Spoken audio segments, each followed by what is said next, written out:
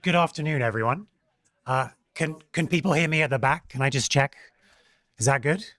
Okay, excellent. Thank you. Um, it is my pleasure to welcome you to the first annual McKeon Center Lecture. My name is Joel Isaac, and I am the faculty director of the McKeon Center here at the University of Chicago. Um, as many of you will know, the center is named in honor of the philosopher and educator Richard McKeon. McKeon had a long and storied career at the University of Chicago, where he was a transformational dean of the humanities division and an equally transformational teacher of both undergraduates and graduate students. He was also a distinguished scholar of rhetoric and of the history of philosophy. His writings in these fields cover everything from the ancient world to the cutting-edge thought of his own time.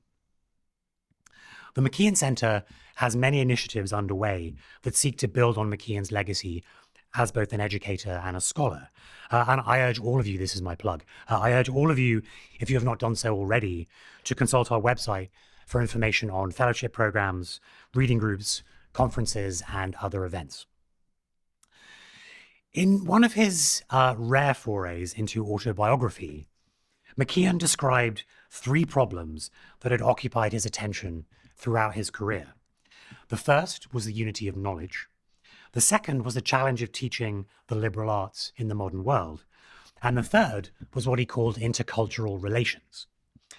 As was his way, McKeon did not see these as three separate problems, but as deeply implicated in one another, both conceptually and historically.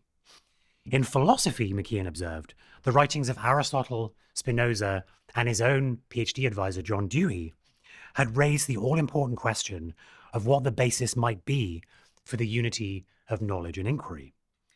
For McKeon, what mattered was less the particular answers these philosophers gave to the question of unity, and more the fact that they showed how the problem could be addressed. In addition, the question of the unity of knowledge was not only for McKeon an epistemological or metaphysical one.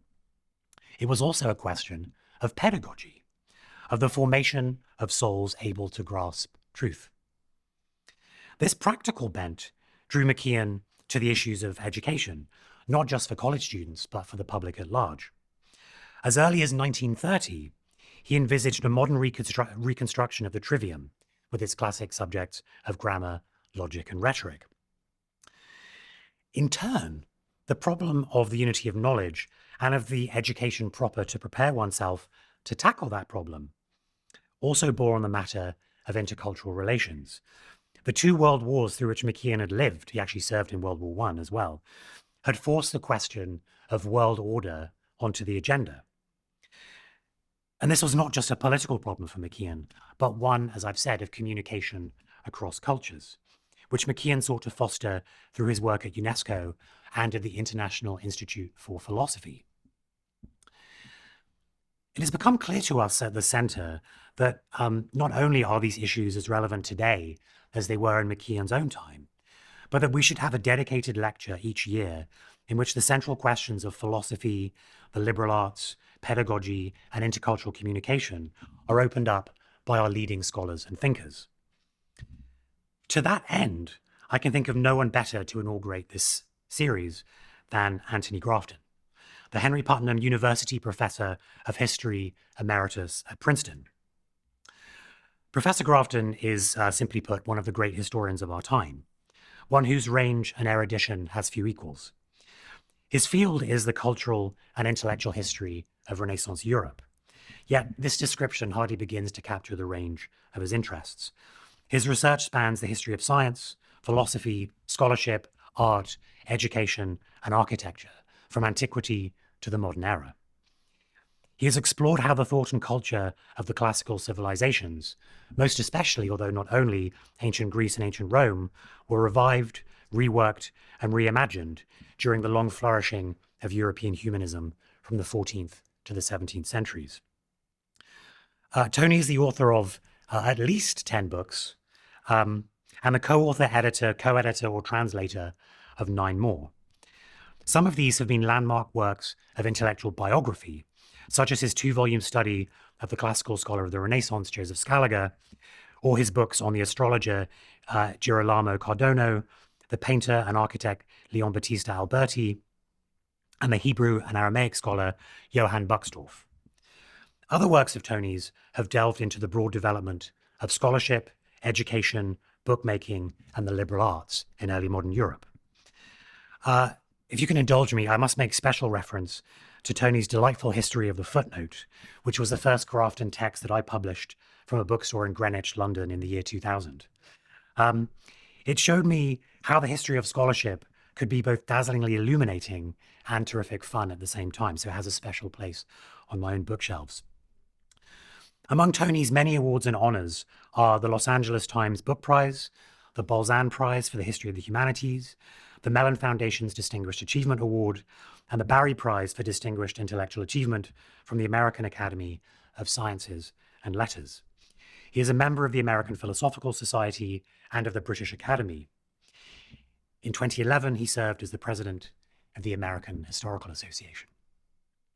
I could continue in this vein, but let me simply add one more very important item to the list of Tony's achievements. He is, as some of you may be aware, the holder of a BA, an MA, and a PhD from the University of Chicago. His biography of Scaliger began as his dissertation here in the Department of History under the supervision of Eric Cochrane. Hence, in welcoming Tony here this evening, we are also welcoming him back to at least one of his academic homes. One logistical note before I hand over to Tony. There will be time at the end of the lecture for questions. Then, beginning at 6 p.m., there'll be a reception just outside the lecture hall here, across the way there with views of campus, to which you are all warmly invited. I should say something else about Q&A. Because we are recording this lecture, I need to hand the person asking a question a microphone. Do not start asking your question until the microphone is in your hand. Otherwise, the video will not record your brilliant intervention. So please wait until you have the microphone in your hand, and I'll try and keep a queue. The last thing I want to say of a logistical nature is that Tony very kindly has agreed to lead a seminar on Thursday, April 2nd, from 3 p.m. to 5 p.m. in Gates Blake 133. Full information is on the website. There are readings assigned, an article of Tony's and a primary source for discussion, and that's on Thursday. So please do come. Again, you're all warmly invited, but please register if you do plan on coming. Okay, so among Tony's current book projects is a history of a form of historical writing known as conjectural history. Often considered a genre of the 18th century, and as the seedbed of both historical materialism and the social sciences, conjectural history, as Tony will show us, I believe, has both deeper and wider roots in the Renaissance. The title of his lecture today is The Rhetorical Tradition and Conjectural History in Early Modern Europe. A question mal posé? Tony, welcome.